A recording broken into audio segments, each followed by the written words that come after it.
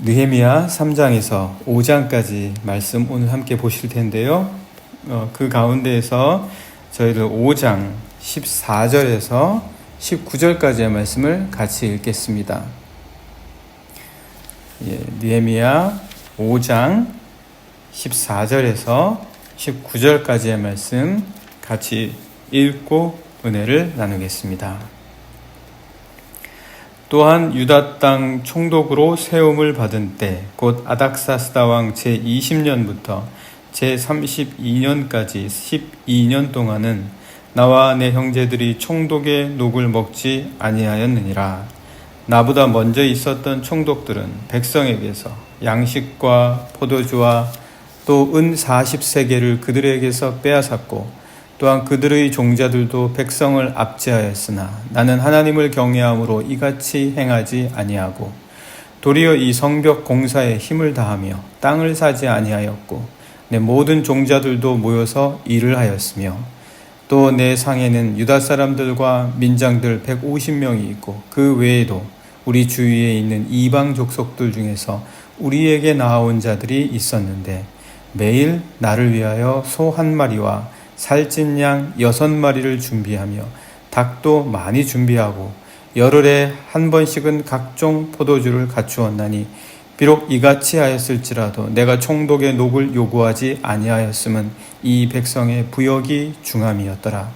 내 하나님이여 내가 이 백성을 위하여 행한 모든 일을 기억하사 내게 은혜를 베푸시옵소서. 아멘.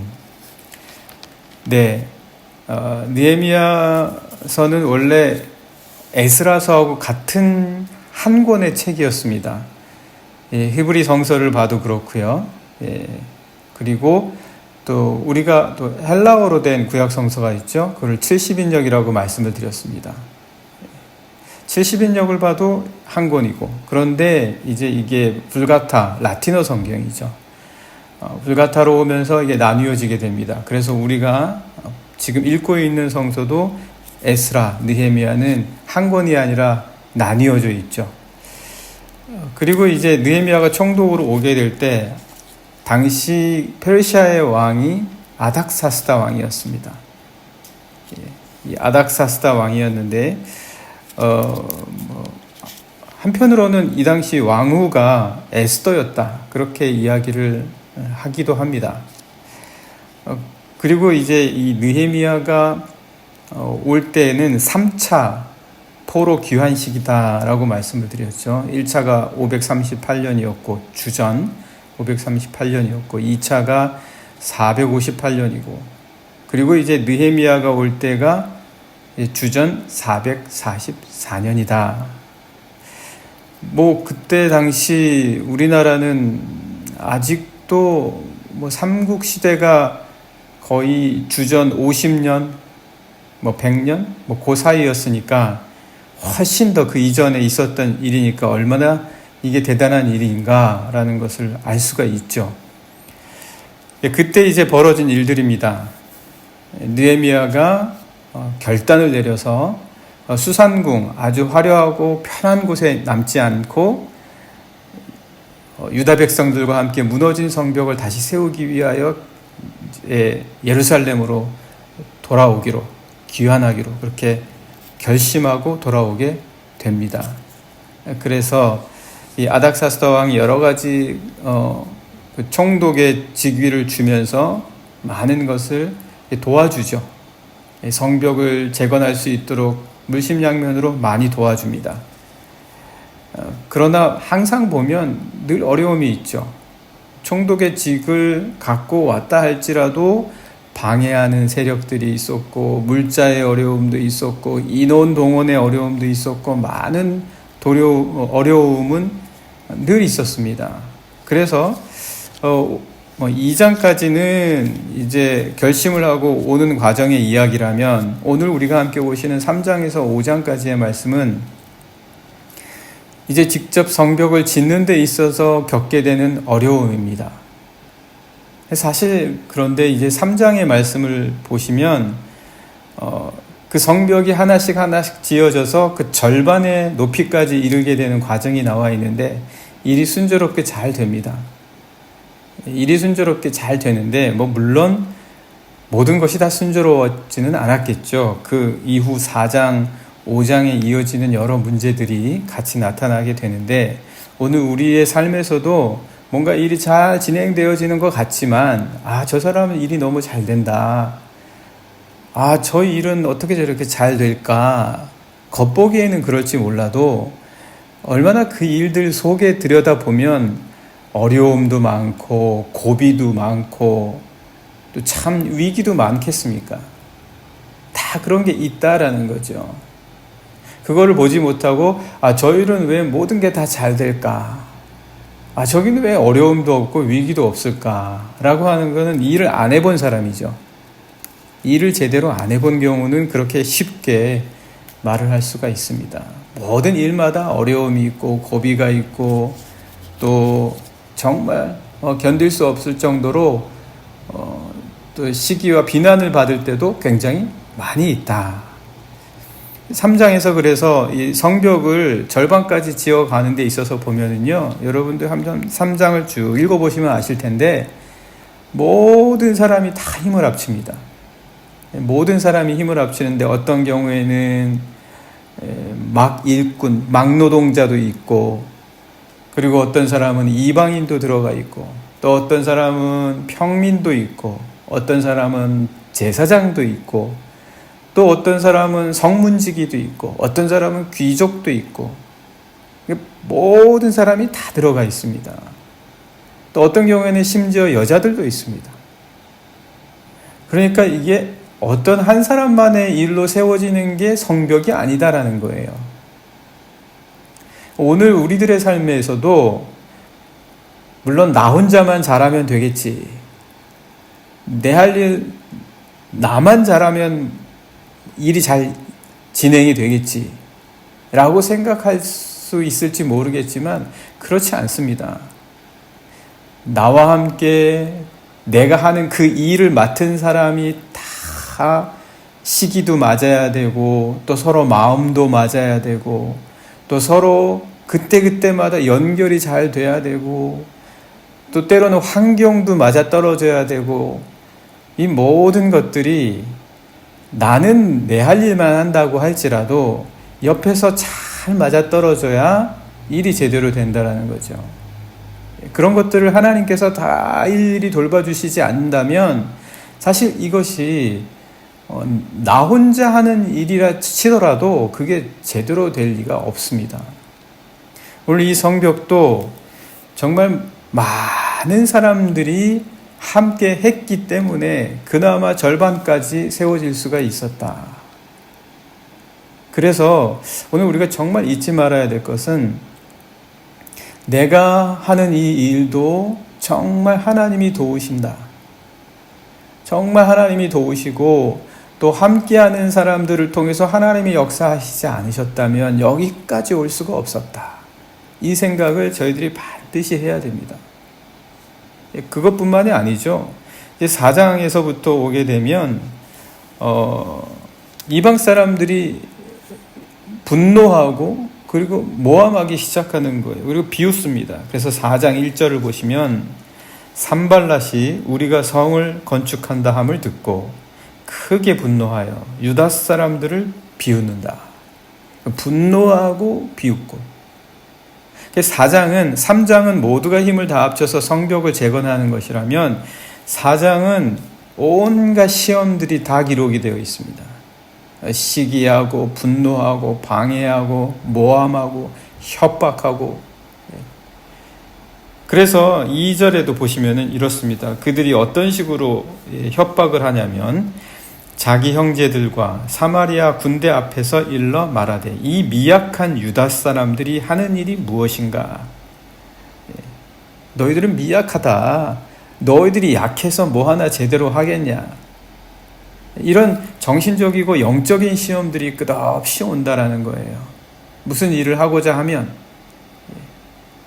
그러니까 우리가 무조건 일만 잘하는 것이 아니라 영적이고 정신적인 시험도 잘 이겨낼 수 있도록 이 부분도 건강하고 강건해야 된다.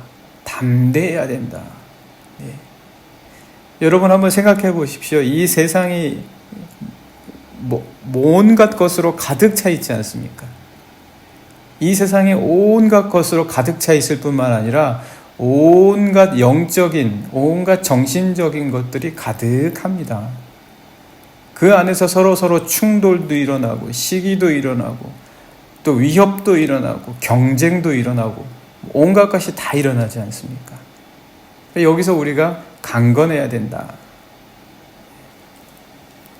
그러면서 계속 어떻게 이야기하죠? 스스로 견고하게 하려는가? 제사를 드리려는가? 하루의 일을 마치려는가? 불탄 돌을 흙 묻어기 위해서 다시 일으키려 하는가? 여우도 올라가면 무너지겠다. 이런 식으로 비웃고 비난하고, 이거를 느헤미야가 이제 이겨내야 되는 거예요. 이 많은 사람들이 함께 일하는데 한두 사람이 이 시험에 실족해 보십시오. 그 일을 어떻게 이룰 수가 있겠습니까? 성벽이 다 되어져 가다가 어느 한쪽이 진행이 안 되고 쑥 들어가 있으면, 어느 한 곳이 무너져 있으면, 어느 한 곳이 그대로 있으면 그것이 어찌 성벽이 되겠습니까? 이 모든 사람들이 이 일들을 감당해 나갈 때 얼마나 쉽지 않은 일이었겠죠. 결코 쉽지 않은 일이었을 겁니다. 그래서 어떻게 합니까? 그래서 결국은 이 사람들이, 느헤미야가 결단을 해서 일할 때 항상 무기도 옆에 차고 망도 보고 일하면서 싸울 준비도 하고 일하게 하는 거예요. 우리도 일하면서 영적인 준비를 다 갖추어야 된다. 내 마음을 지키고 내 심령을 지켜가면서 일을 해야 된다. 그래서 4장 18절 말씀 보시면, 건축하는 자는 각각 허리에 칼을 차고 건축하며 나팔 부는 자는 내 곁에 섰었다. 무슨 일이 벌어지면 나팔 불어서 다 같이 모여서 싸우려고 준비하는 거죠. 이런 어려움들이 있었다라는 거죠. 이런 어려움들이 있었다. 여러분들도 많이 경험하실 수도 있을 겁니다. 외적인 어려움, 내적인 어려움, 이런 거 다 경험하실 텐데, 이제 가장 큰 어려움이라면 이런 어려움이었겠죠. 5장의 말씀부터는 이제 서로 싸우는 거예요. 서로 싸우는 겁니다. 서로 편이 나뉘어지는 거예요. 이 모든 사람들이 다 같이 함께 성을 쌓아 나아간다고 한번 생각해 보십시오. 다 자기 생업이 있을 거 아니에요. 자기 일이 있습니다. 자기도 먹고 살아야죠. 보니까 이 총독이, 느헤미야가 이 모든 일하는 사람들에게 녹을 준 것 같지는 않아요. 월급과 일당을 주면서 고용해서 이 사람들에게 성벽을 쌓게 한 것 같지는 않습니다. 다 자기 일을 해가면서, 그러면서 이 성벽을 쌓아간 거죠. 그러다 보니까 이 사람들이 얼마나 힘들겠습니까? 그래서 이제 서로 간에 돈 거래도 하고, 그리고 또 돈 있는 사람은 돈을 빌려주면서 이자도 받고, 그러다 보니까 또 가난한 사람들은 돈을 또 빌려야 하고, 그러다 보니까 또 노예로 팔리기도 하고 몸종이 되기도 하고 다른 사람의 집에 가서 일을 해주기도 하고, 그런데 그게 전부 다 서로 같은 유다 민족이었다라는 거죠. 그래서 서로 사람들 간에 편이 나뉘어지고 원망이 생기고 불평이 생긴다. 굉장히 큰 어려움이지 않았겠습니까? 그래서 그 내용이 5장에 나와 있는데, 5장에 그렇습니다. 1절부터 보시면, 그때의 백성들이 그들의 아내와 함께 크게 부르짖어 그들의 형제인 유다 사람들을 원망하는데, 어떤 사람은 말하기를 우리와 우리 자녀가 많으니 양식을 얻어먹고 살아야 되겠다. 어떤 사람은 말하기를 우리가 밭과 포도원과 집이라도 저당 잡히고 이 흉년에 곡식을 얻어야 되겠다. 어떤 사람은 말하기를 우리는 밭과 포도원으로 돈을 빚내서 왕에게 세금을 바쳤다. 또 어떤 사람은 우리 형제와 우리 육체가 같고 우리 자녀도 그들의 자녀와 같거늘 이제 우리 자녀는 종으로 팔렸다. 막 불평이 생기는 거죠. 이렇게 성벽을 쌓는 이 일이, 그 부역이 너무 심하다 보니까 서로 불평이 생기고, 어떤 사람은 그 돈을 통해서 빌려주고 금전거래를 통해서 이익을 쌓는다. 이런 관계 속에서 또 있는 사람과 없는 사람 간에 편이 나뉘어지게 된다. 어떻게 하겠습니까? 느헤미야가 누구의 편을 들어주겠습니까? 이게 쉬운 문제가 아니죠. 여기서 지금 어느 한 사람의 도움의 손길이 안 필요한 것도 아니잖아요. 있는 사람이든 없는 사람이든 다 필요합니다. 이럴 경우에 도대체 난감하죠. 이 문제를 어떻게 해결할 것인가. 차라리 외부에서 시험이 오면은 적이 분명하니까 아주 간단해요. 그 적을 이기기만 하면 됩니다. 그런데 내부에서 서로 이런 아픔이 생기고 불평이 생기고 원망이 생긴다. 이럴 경우에 어떻게 해야 되는가? 느헤미야가 6절의 말씀을 보시면 5장 6절입니다. 내가 백성의 부르짖음과 이런 말을 듣고 크게 노하였으나, 크게 노하였다.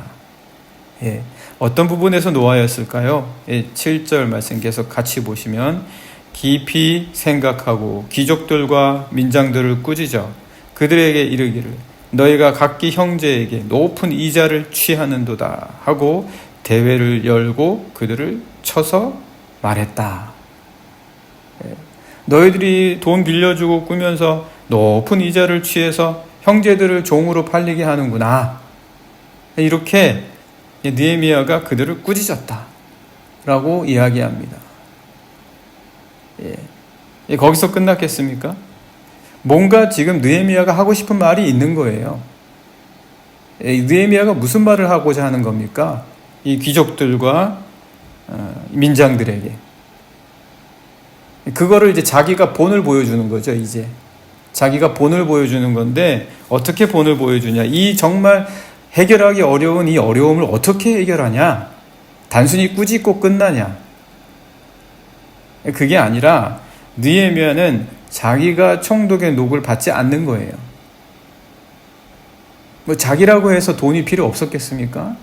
자기도 돈이 필요하죠. 먹고 살아야 되고 자기가 지내는 생활을 유지하기 위한 어느 정도의 수입도 필요했을 거예요.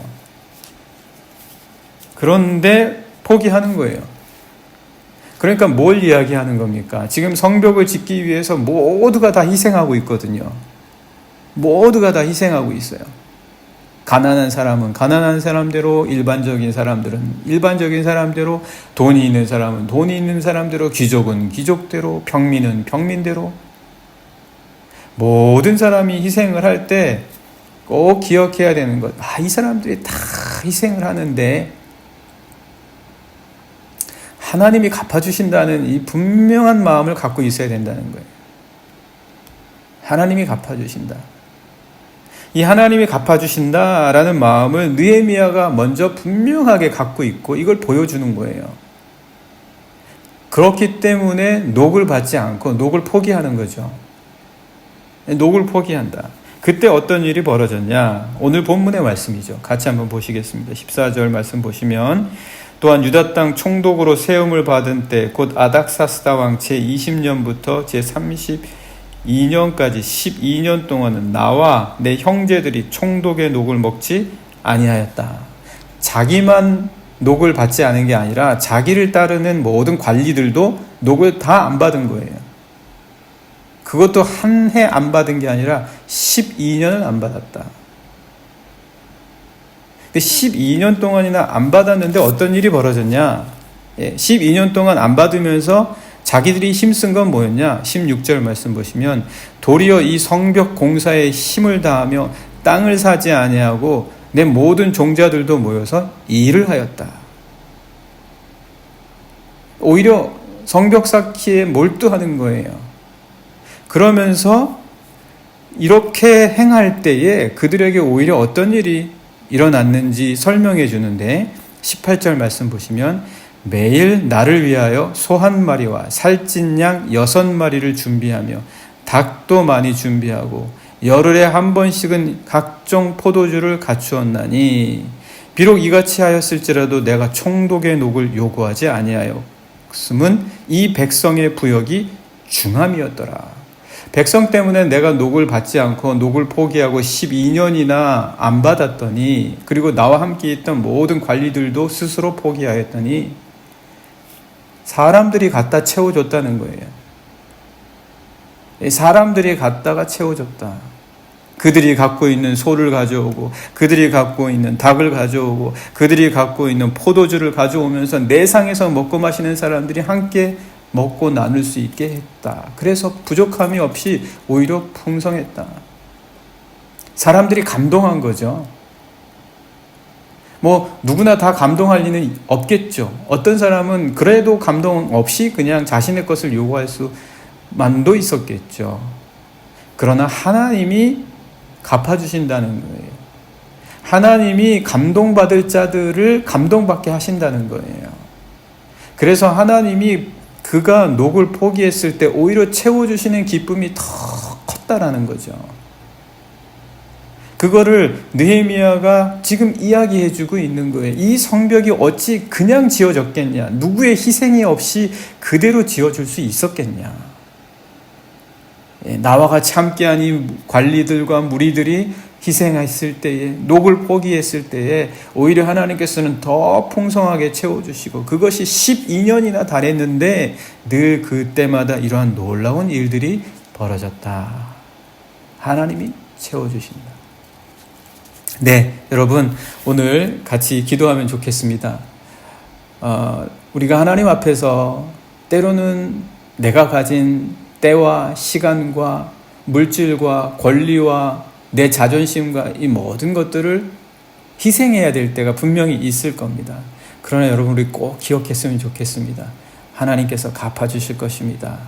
하나님께서 꼭 갚아주실 테니 우리 오히려 풍성하게 채워주심을 믿고, 하나님께서 우리에게 그렇게 일을 감당하게 하시는 것은 오히려 더 귀한 일일 것이다 라는 마음으로 우리 오늘 하나님이 갚아주십시오. 주님께서 맡겨주신 일 감당하겠습니다. 같이 기도하시겠습니다.